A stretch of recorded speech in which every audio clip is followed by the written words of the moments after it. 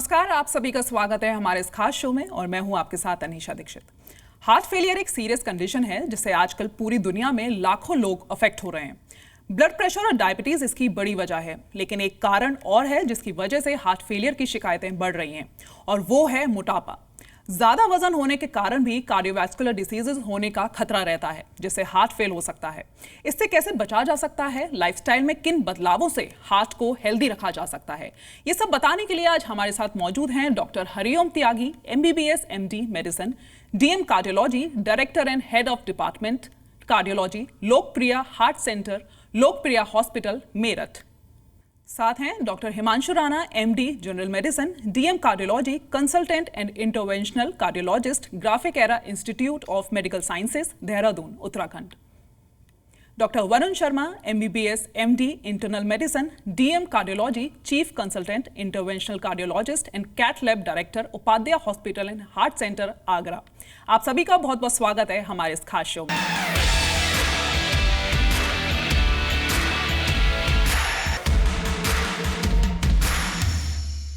Doctor Hariom, सबसे पहला सवाल मैं आपसे जानना चाहूंगी, ओबेसिटी क्या है और इसे कैसे मेजर किया जा सकता है, इसके बारे में आप बताएं। ओबेसिटी हमारी बॉडी के अंदर एक्स्ट्रा फैट का डिपोजिशन होता है। जो भी हम लेते हैं बॉडी के अंदर, अगर हम उसको ठीक से डाइजेस्ट ना करें, अपनी एक्टिविटी मेंटेन ना करें हमारे खाने के अनुसार, तो सब हमारा फैट के रूप में डिपॉजिट होने लगता है। जितनी भी एक्स्ट्रा कैलोरीज हम खाने के रूप में लेते हैं, वो सारी की सारी हमारी बॉडी में फैट के रूप में डिपॉजिट होने लगती हैं। इसीलिए पहले जब हम देखते थे कि हार्ट के मरीज शहरों से ज़्यादा आते हैं, गाँव से कम आते हैं, क्योंकि गाँव में, विलेज में हमारी जो एक्टिविटी है, दिनचर्या है, हमारी मेहनत है, वो काफ़ी ज़्यादा होती है। तो गाँव के लोग अगर एक्स्ट्रा फैट भी लेते हैं, दूध, दही या घी भी लेते हैं, तो सब डाइजेस्ट हो जाता है। लेकिन शहरों के लोगों में एक्टिविटी उतनी नहीं होती थी, इसलिए उनके अंदर बीमारी, दिल की, ब्लड प्रेशर, शुगर ज़्यादा होते थे। लेकिन अब ये सिनेरियो पूरा बदल चुका है। गाँव के अंदर भी उतने ही मरीज़ है, उससे ज़्यादा मरीज़ आने लगे, क्योंकि गाँव के अंदर भी हमारी एक्टिविटी कम हो गई है और हमारा खाना-पीना वही 20-30 साल पुराना होता है। तो हमारी इनपुट और आउटपुट का इम्बैलेंस ही हमारी एक्स्ट्रा फैट डिपोज़िशन को कॉज़ करता है। तो जितना हम लेते हैं हमारी बॉडी में, अगर हम उतनी एक्टिविटी नहीं करें, तो हमें वो नुकसानदायक होता है। तो बेहतर है कि हम अपनी बॉडी को समझें, जो 20-30 साल में हमारी बॉडी होती है, उसका मेटाबॉलिज़्म काफ़ी अच्छा होता है, एक्टिविटी हमारी काफ़ी ज़्यादा होती है, तो जो भी हम खाते हैं डाइजेस्ट हो जाता है और फैट डिपोज़िशन कम होता है। जैसे-जैसे एज बढ़ती जाती है, तो मेटाबॉलिक सिस्टम हमारा थोड़ा वीक हो जाता है, हमारी वो डाइजेस्टिव सिस्टम कमज़ोर हो जाते हैं और हम जो भी एक्स्ट्रा लेते हैं, वो सब डिपॉज़िट होने लगता है फैट के रूप में। इसको हम माप सकते हैं कि कैसे हम बोलें कि इसको ओबेसिटी हो गई है, ओवरवेट हो गया या फिर नॉर्मल वेट है या अंडरवेट है। अगर हमारी बॉडी का BMI number 1 basic metabolic index हम लेते हैं, तो इसमें हमारा जो भी 30 प्लस में आते हैं बीएमआई, वो ओबेसिटी कहलाती है और जो 25 से ज़्यादा होते हैं, वो ओवरवेट कहलाते हैं। दूसरा होता है हमारा वेस्ट हिप रेशियो, उससे भी हम देख सकते हैं, अगर मेल में 40 प्लस है, फीमेल में 35 प्लस है, तो ओबेसिटी के कैटेगरी में आते हैं। तीसरा हमारा फैट परसेंटेज भी हम निकालते हैं, पैरामीटर्स, उससे भी हम ले सकते हैं या वेस्ट सर्कमफेरेंस से भी ले सकते हैं। डॉक्टर हिमांशु, आप बताइए, मोटापा किन कारणों से बढ़ता है? हमें बहुत पहले जानना होगा कि हमारा जो मानव का शरीर है वो किस लिए बना था। और जब मानव शरीर बना तो वो उन परिस्थितियों के लिए बना था जिसमें वो जंगल में सर्वाइव कर सके, शिकार कर सके या अपने खाने को ढूंढ सके। उसके बाद एग्रीकल्चर आया, खेती आई, तो उस टाइम पे मानव शरीर अडेप्ट हुआ और वो खेती के लिए उसने काम करना शुरू किया। जिसकी वजह से उसका जो भी खान-पान है, जो भी चीज़ें थी, जीवन शैली थी, वो एक एडिक्वेट फिज़िकल एक्टिविटी होती थी उसके शरीर के लिए। लेकिन धीरे-धीरे ये लाइफ़स्टाइल चेंज हुआ। उसमें जो सबसे मेन चीज़ थी, वो ये कि आज की डेट में हमारे डेस्क जॉब्स या सिटिंग जॉब्स हो गए हैं और हमारा जो खाना-पीना है या खान-पीन का स्टाइल है, वो अ, फुल ऑफ सैचुरेटेड फैट से भरपूर हो गया है। दूसरा जो खाना अवेलेबल है, खासतौर से पैकेज्ड फूड्स की फॉर्म में, वो इतना ईज़िली अवेलेबल है कि हम लोग ये नहीं सोचते कि अगर हम वो घर पे खाना बनाएँगे तो हमारे लिए कितना हेल्दी होगा। बट हमारे स्ट्रेस की वज़ह से हम उसको बहुत ईज़िली कंज़्यूम कर सकते हैं और अवेलेबल है, तो वो चीज़ हमारे को ओबेसिटी के लिए प्रमोट करती है, हमारी ओबेसिटी बढ़ाती है, मोटापा बढ़ाती है। दूसरा कारण हमारा है आज की डेट में जो ख़ास तौर पे बच्चों में जो वो खाना खाते हैं, टीवी देखते हुए खाते हैं। दूसरा, उनको भी जो पैकेज्ड फूड की अवेलेबिलिटी है, वो बहुत ईज़िली अवेलेबल है। दूसरा, हाई कार्बोहाइड्रेट या मीठी चीज़ें, चीनी से बनी हुई चीज़ें ख़ास तौर से, वो बहुत ज़्यादा ईज़िली अवेलेबल हैं और बहुत फ्रीक्वेंटली हम लोगों का कंज़म्पशन बढ़ गया है, जिसकी वजह से ये मोटापे को बढ़ाती है। अ, इसके अलावा कुछ और कारण जैसे कि हमारा आज की डेट में स्ट्रेस लेवल्स किसी भी इंसान की बात करिए वो बहुत ज़्यादा है। स्ट्रेस लेवल्स में कुछ हार्मोन्स ऐसे होते हैं बॉडी में जो राइज़ करते हैं, खास तौर से कॉर्टिसोल जो कि मोटापा बढ़ाता है। कुछ मेडिसिन्स भी हैं जो कि मोटापा बढ़ा सकती हैं, लेकिन अगर उसको प्रॉपर मात्रा में और अंडर सुपरविज़न लिया जाए, तो मेडिसिन्स से मोटापा बढ़ने से रोका जा सकता है। बट ओवरऑल हम बात करें तो लाइफ़स्टाइल, खाना, स्ट्रेस ये आज की डेट में सबसे मुख्य कारण हैं जो कि हमारे मोटापे को बढ़ा रहे हैं। डॉक्टर वरुण, क्या चीजें ओबेसिटी के रिस्क को बढ़ाती हैं, इसके बारे में आप समझाएं। देखिए, जैसा हम जानते हैं कि ओबेसिटी बेसिकली एक पैंडेमिक की तरह फैलता जा रहा है एंड ये ना सिर्फ बड़ों में, इवन बच्चों में भी ओबेसिटी के जो प्रेवलेंस है वो बहुत बढ़ गया है। तो इसका जो मेजर एक मुख्य जो कारण है इसका वो है खान-पान।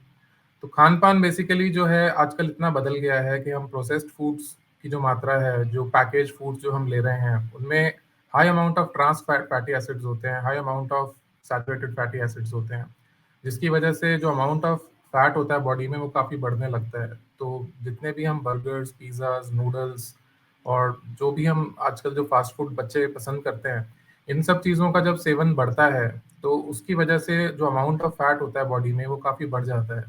एंड ये फैट ऐसा होता है कि बॉडी में जमने वाला फैट है। This all this fat is stored in the liver. Liver के अंदर हम देख रहे हैं आजकल हर ऑलमोस्ट 90% लोगों को अगर आप अल्ट्रासाउंड कराएं तो सबको फैटी लिवर निकलता है, ग्रेड 1 फैटी लिवर सबका आता है। तो उसकी वजह यही है कि फैट का अमाउंट जो हम कंज्यूम कर रहे हैं वो बहुत बढ़ गया है। दूसरा मुख्य कारण जो कि बहुत इंपॉर्टेंट है ओबेसिटी के लिए वो है लैक ऑफ एक्सरसाइज। तो लाइफस्टाइल सेडेंटरी होता जा रहा है। सब लोग आजकल कंप्यूटर्स के आगे फिक्स्ड हैं। वर्क जो है आजकल लोग वर्क फ्रॉम होम कर रहे हैं। चलना फिरना बंद हो गया है। एलिवेटर्स और स्टेयर्स का यूज़ बढ़ गया है। लोग खुद से वॉकिंग करना पसंद नहीं करते हैं और जहाँ पे भी जा रहे हैं लोग गाड़ियों का प्रयोग कर रहे हैं। तो डेफिनेटली जो फिजिकल एक्सरसाइज जो पहले होती थी वो बहुत कम हो गई है। तो दोनों चीज़ों का मिश्रण है कि खान-पान बिगड़ गया है और साथ में जो हमारा एक्सरसाइज़ है वो बिल्कुल कम हो गया है। तो इसकी वजह से ओबेसिटी की जो ओबेसिटी का जो रिस्क है वो बढ़ता जा रहा है और हम देख रहे हैं कि लोगों में ओबेसिटी की जो परेशानी है वो बढ़ती जा रही है। इसके अलावा और भी कई कारण होते हैं जैसे कि जेनेटिक फैक्टर्स भी हैं। वो तो डेफिनेटली उन फैक्टर्स को आप चेंज नहीं कर सकते। लेकिन जो लाइफ़स्टाइल जो फैक्टर्स हैं डेफिनेटली उनका बहुत बड़ा एक हाथ है ओबेसिटी की बढ़ी हुई प्रेवलेंस के लिए। डॉक्टर हरिओम, ओबेसिटी को मैनेज करने के लिए आप क्या टिप्स देंगे हमारे दर्शकों को? Obesity means extra fat deposition in our body. So management of the obesity is 4 points most important. First is the संतुलित आहार, means the balanced diet, जिसमें हमारा जो होल ग्रेन्स है दैट इज वेरी इंपॉर्टेंट। मैदा को अवॉइड करें, गेहूं को अवॉइड करें और फैटी एसिड्स या फिर बैड फैट्स को अवॉइड करें। बाहर के जो स्टफ्ड फूड हैं या पैक्ड फूड्स हैं उनको अवॉइड करें और जो डेयरी मिल्क प्रोडक्ट्स हैं उनका सेवन कम करें। दूसरा हमारा नियमित व्यायाम, जिसमें कि बॉडी को एक नियमित एक्सरसाइज की आवश्यकता होती है। जो भी हम खाते हैं उसको अगर हम डाइजेस्ट ना करें, एक्टिविटी उतना ना करें, तो फिर वो एक्स्ट्रा फैट के रूप में हमारी बॉडी में डिपॉजिट हो जाता है। चाहे वो प्रोटीन्स हो, कार्बोहाइड्रेट हो, फैट हो, जो भी एक्स्ट्रा हमारी बॉडी के अंदर होता है, हमारी इनएक्टिविटी की वजह से वो डिपॉजिट होने लगता है और हमारी बॉडी को नुकसान करने लगता है। तो नियमित एटलीस्ट 5/7 डेज हमें नियमित एक्सरसाइज करना चाहिए, आधा घंटा, पौना घंटा। अगर हम ब्रिस्क वॉक करते हैं दैट इज बेटर, और अगर यंग एज है तो हम रनिंग भी कर सकते हैं। तीसरा पॉइंट है हमारी जीवन शैली, दैट इज वेरी इंपॉर्टेंट, जिसमें कि समय से सोना, समय से खाना और बैलेंस डाइट का लेना। समय से सोने के लिए हमें एटलीस्ट 6 to 7 आवर्स की नींद कर लेना आवश्यक होता है और हमारा एक नियम बन जाना चाहिए कि इस टाइम हमें सोना है और इस टाइम उठना है। खाने के सोने से 3 घंटे पहले एटलीस्ट कुछ नहीं खाना चाहिए और उठने के 1 डेढ़ घंटे के बाद कुछ नहीं खाना चाहिए। खाने के बाद में हमारी कोशिश रहनी चाहिए कि हम कम से कम आधा घंटा टहलें, जिससे कि जो हमने खाया है, वो ठीक से डाइजेस्ट हो जाए और हमारी बॉडी उसको ठीक से पचा पाए। तीसरा होता है हमारी जो आदतें हैं, जो कि हमारी शरीर की बैलेंस करती हैं हमारी दिनचर्या को, उसको हमें सावधानी से रखना है, जिसमें कि हमारा खाना-पीना, रहना, सोना, ये सारी चीज़ें इम्पोर्टेंट है। अगर ज़रूरत पड़ती है हमें बॉडी फैट को डिज़ोल्व करने के लिए या फिर ओबेसिटी बहुत ज़्यादा है, तो हम अपने डायटीशियन से और अपने जो फिजिशियन है, उससे सलाह ले सकते हैं, जिससे कि हम ओबेसिटी को मैनेज कर पाएँ और डायबिटीज, हाइपरटेंशन और हार्ट अटैक जैसी बीमारियों से बच पाएँ। डॉक्टर हिमांशु, क्या ओबेसिटी से हार्ट फेलियर भी हो सकता है?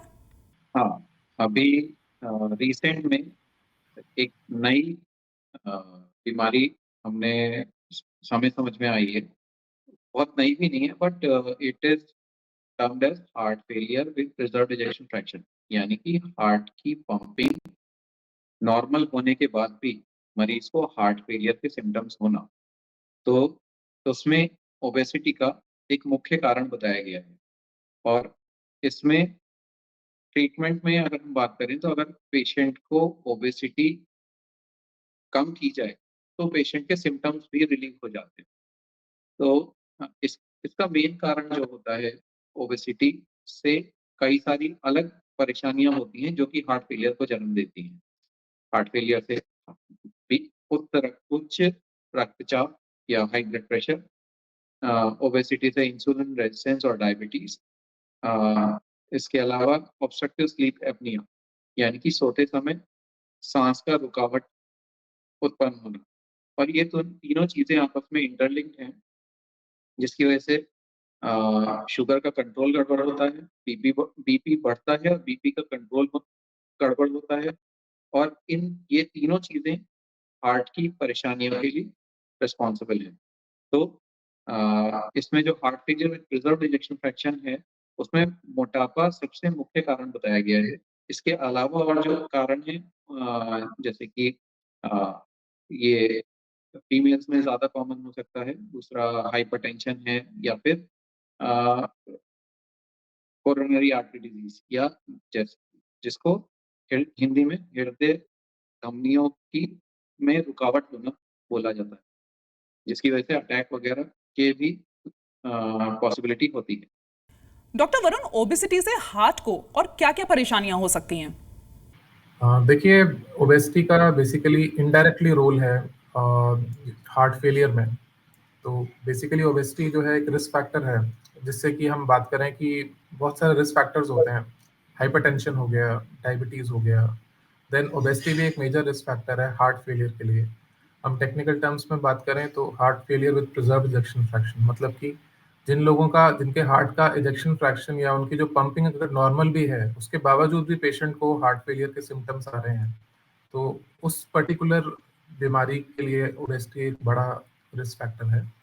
और अगर एक आम भाषा में बात करें तो आप ऐसा समझें कि सेम हार्ट को पूरी बॉडी के लिए, जो कि एक ओबीज है, एक जिसका बीएमआई मोर देन 30 है या मोर देन 40 है, अगर उसके लिए सेम हार्ट को काम करना पड़ रहा है, तो एडिशनल काम करना पड़ रहा है, एडिशनल स्ट्रेस पड़ता है हार्ट के ऊपर, जिसकी वजह से कभी कभी आपका हार्ट जो है हार्ट फेलियर की तरफ जा सकता है। आपको सिम्टम्स आ सकते हैं हार्ट फेलियर की, जो कि जिसमें कि मुख्य तौर पे हम बात करें तो पेशेंट को थोड़ा सा चलने पे ही सांस फूलना, पैरों में सूजन आना, कमजोरी महसूस होना, थकावट महसूस होना, और थोड़ा सा चलने के बाद या थोड़ा सा स्टेयर्स चढ़ने के बाद एकदम धड़कन का बहुत ज़्यादा बढ़ जाना, ये सारे सिम्टम्स हैं जो कि हार्ट फेलियर की तरफ पॉइंट आउट करते हैं। तो डेफिनेटली ओबेसिटी जो है हार्ट फेलियर के लिए एक बड़ा रिस्क फैक्टर है। और खाली ओबेसिटी, ये सारी चीज़ें इंटरलिंक्ड है। Obesity is a part of metabolic syndrome. Basically ऐसा नहीं है कि ओबेसिटी एक सेपरेट आइडेंटिटी है, बट ओबेसिटी की वजह से it leads to the metabolic syndrome, जिसमें आपका हाइपरटेंशन भी प्रीडिस्पोज कर रही है। ओबेसिटी आपकी डायबिटीज़ को भी प्रीडिस्पोज कर रही है, इंसुलिन रेजिस्टेंस भी बढ़ जाता है पेशेंट का, जिसकी वजह से उसको डायबिटीज़ हो जाता है। डायबिटीज़ के साथ-साथ अदर जो मेटाबॉलिक फैक्टर्स हैं, डिसलिपिडीमिया जिसके अंदर हाइपरकोलेस्टेरोलेमिया की हम बात करें, उनका ट्राइग्लिसराइड्स बढ़ जाते हैं, एलडीएल कोलेस्ट्रॉल बढ़ा हुआ होता है, एचडीएल कोलेस्ट्रॉल गिर जाता है। ये सारी चीज़ों को प्रीडिस्पोज़ कर रही हैं एंड डेफिनिटली खाली-खाली हार्ट फेलियर ही नहीं, कोरोनरी आर्टरी डिज़ीज़ को भी ये प्रीडिस्पोज़ करता है। क्योंकि जब आपके बॉडी के अंदर जब फैट्स की मात्रा, लिपिड्स की मात्रा बढ़ती है, तो डेफिनेटली जो एथेरोमेटस जो डिपोज़िशन होता है कोरोनरी आर्टरीज़ में, वो भी बढ़ता जाता है। तो एक कोरोनरी आर्टरी डिज़ीज़ के लिए भी प्रीडिस्पोज़ कर रहा है and definitely heart failure with preserved ejection fraction का एक मुख्य कारण है obesity. Doctor Hariom, heart failure के सिम्टम्स एंड साइंस क्या-क्या होते हैं? हार्ट फेलियर एक ऐसी बीमारी है जिसमें हमारी हार्ट की जो पंपिंग है वो धीमी हो जाती है, वो कमजोर हो जाता है। तो हार्ट हमारा बॉडी का इंजन है। इस इंजन से जुड़ने वाले सबसे पहला जो हमारा कंपार्टमेंट है वो हमारे लंग्स होता है। इसलिए हार्ट का पूरा प्रेशर हमारे लंग्स के ऊपर आता है।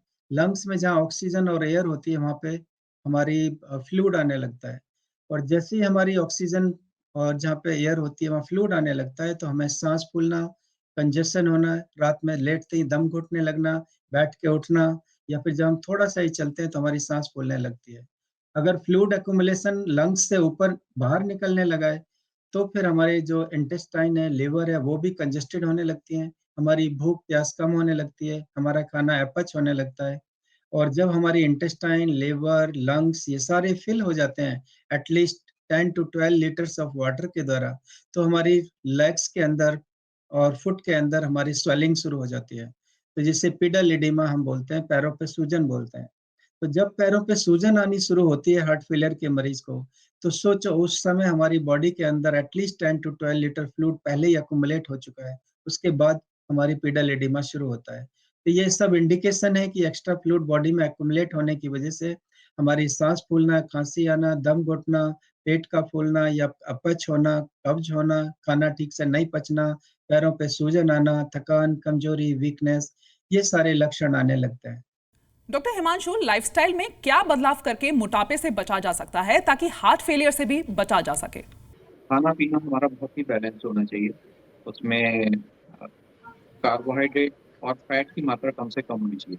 कार्बोहाइड्रेट में खास तौर से सिंपल शुगर जैसे चीनी है, गुड़ है, शक्कर है या फिर इनसे बनी हुई चीज़ें। खास तौर से आज की डेट में जो अवेलेबल हैं केक्स, पेस्ट्रीज़, कैंडीज़, चॉकलेट्स, उसको हम कम से कम मात्रा में कंज़्यूम करें जिससे कि हमारा मोटापा से हम बच सकें। दूसरा हमारा मेन कारण जो जैसे हमने बताया कि पैकेज्ड फूड्स हैं या फिर ऐसे खाद्य पदार्थ जिनमें कि फैट बहुत ज़्यादा मात्रा में है, खासतौर से ट्रांस फैट्स, चीज़, बर्गर्स, अ, पास्ताज़, पिज़्ज़ाज़, ये हमारे लिए बॉडी के लिए बहुत ही हानिकारक है क्योंकि वो सीधे बॉडी में जमा होते हैं, तो इनका कंज़म्पशन हमारा कम से कम होना चाहिए। जो आज की डेट में हम सबसे ज़्यादा ओवरलुक करते हैं, नज़रअंदाज करते हैं अपने डाइट में, डेली के बिस्किट्स, नमकीन या चाय, उसमें हम खास तौर से जो चीनी डालते हैं या कॉफ़ी में जो शुगर डालते हैं, उसका कंज़म्पशन हमारा कम होना चाहिए। तो आप अपने हार्ट को हेल्दी बनाने के लिए जितनी एक्टिविटी करेंगे, वो आपके मोटापे को भी कम करेगी, आपके हार्ट को भी हेल्दी रखेगी। तीसरा मेन कारण हमारा जो हमारे बीच में सबसे ज़्यादा प्रचलित है, वो है स्ट्रेस।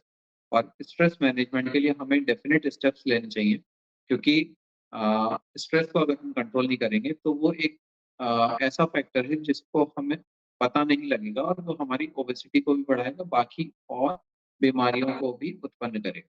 इसके अलावा जो बच्चों में आज की डेट में प्रचलित है कि उनके खान-पान को रेगुलेटेड तरीके से किया जाए। ख़ास तौर से उनको पैकेज्ड फूड्स, कैंडीज़, चॉकलेट्स उनको अवॉइड किया जाए और उनको ख़ास तौर से टीवी देखते हुए खाना प्रमोट ना करें, जो कि आज की डेट में बहुत ज़्यादा कॉमन है। हम देखते हैं कि पेरेंट्स बिज़ी हैं एंड उनके घर में टीवी चल रहा है, बच्चों को टीवी के सामने बैठा के एंड उनको कुछ भी खिलाते हैं। तो वो हैबिट हमें अवॉइड करनी चाहिए, खास तौर से बच्चों में मोटापा अवॉइड करने के लिए।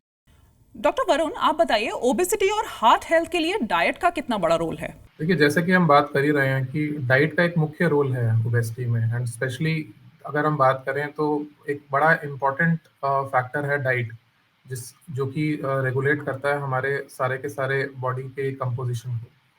तो डेफिनेटली जैसा कि हम बात कर रहे हैं कि सैचुरेटेड फैटी एसिड्स जो है उसका अमाउंट जो है, अगर उसका अमाउंट बढ़ा हुआ है या ट्रांस फैट्स जो है वो उसका अमाउंट ज़्यादा है, तो डेफिनेटली आपके उसमें आपकी बॉडी में जो फैट का डिपोजिशन है वो ज़्यादा होगा, अधिक होगा, आप ओबेसिटी के लिए प्रीडिस्पोज होंगे। तो नेचुरली जैसा कि हम बात कर रहे हैं कि जो प्रोसेस्ड फूड्स हो गए, रेडी टू ईट फूड्स होते हैं, इनको हमको अवॉइड करना चाहिए। इनमें बहुत सारे प्रिजर्वेटिव्स होते हैं, बहुत सारा इसमें सैचुरेटेड फैट्स का अमाउंट होता है, ट्रांस फैट्स का अमाउंट होता है, जो कि बेसिकली बैड कोलेस्ट्रॉल है, जो कि आपके लिए बैड फैट है, बॉडी के अंदर इनका डिपोजिशन ज़्यादा होता है। तो ऐसी चीज़ों को आपको अवॉइड करना है। और साथ ही साथ मैं कहूँगा कि प्रोटीन का जो अमाउंट है उसको आप अपनी जो आपका जो डेली डाइट है उसमें आप इंक्रीज़ करें। तो कार्बोहाइड्रेट्स और जो आपका फैट्स है उसका अमाउंट थोड़ा सा रिड्यूस करके आप जो एनर्जी है प्रोटीन से ले सकते हैं, प्रोटीन का अमाउंट बढ़ा सकते हैं उसमें। उसको बढ़ाने से एक तो ये होगा कि आपकी एनर्जी रिक्वायरमेंट पूरी होगी, दूसरा ये होगा कि आपको जो फैट का जो अमाउंट है जो आपको मिल रहा है उसमें कटौती होगी। और डेफिनेटली इस डाइट के साथ साथ आपको जो है एक रेगुलर आपको एक्सरसाइज रिजीम भी आपको रखना होगा, डेली फिजिकल एक्टिविटी भी आपको साथ में बनानी होगी, जो कि दोनों चीज़ों को बैलेंस आउट करेगी कि अगर कुछ एडिशनल जा भी रहा है तो उसको हम बर्न भी कर रहे हैं, वो कैलोरीज हम बर्न कर रहे हैं, फैट को हम बर्न कर रहे हैं। तो डेफिनेटली डाइट जो है बहुत ही इम्पोर्टेंट फैक्टर है। और इसके साथ साथ मैं कहूँगा कि डाइट के साथ साथ आदमी को जो थोड़ा स्ट्रेस का लेवल जो है उसको भी आपको कम करने की ज़रूरत है, क्योंकि stress itself is a risk factor for obesity. तो थोड़ा सा हमको अपना लाइफस्टाइल को थोड़ा सा हमको रिलैक्सिंग जो बेसिकली जो टेक्निक्स हैं, मेडिटेशन है, योगा है, उसको भी अपने लाइफस्टाइल में हमको इनकॉर्पोरेट करना चाहिए, ताकि ये सारी चीज़ें मिलके जो है ओबेसिटी जो है उससे फाइट कर सकें। बहुत बहुत धन्यवाद आप सभी डॉक्टर्स का, हमारे व्यूअर्स को बहुत अच्छी जानकारियां दी आपने। कैसे बहुत ही आसान तरीकों से हम फिट रह सकते हैं, अपने दिल का ख्याल रख सकते हैं, अपने लाइफस्टाइल में थोड़े से बदलाव कर हम हार्ट का बड़ा ख्याल रख सकते हैं और मोटापे से भी बच सकते हैं।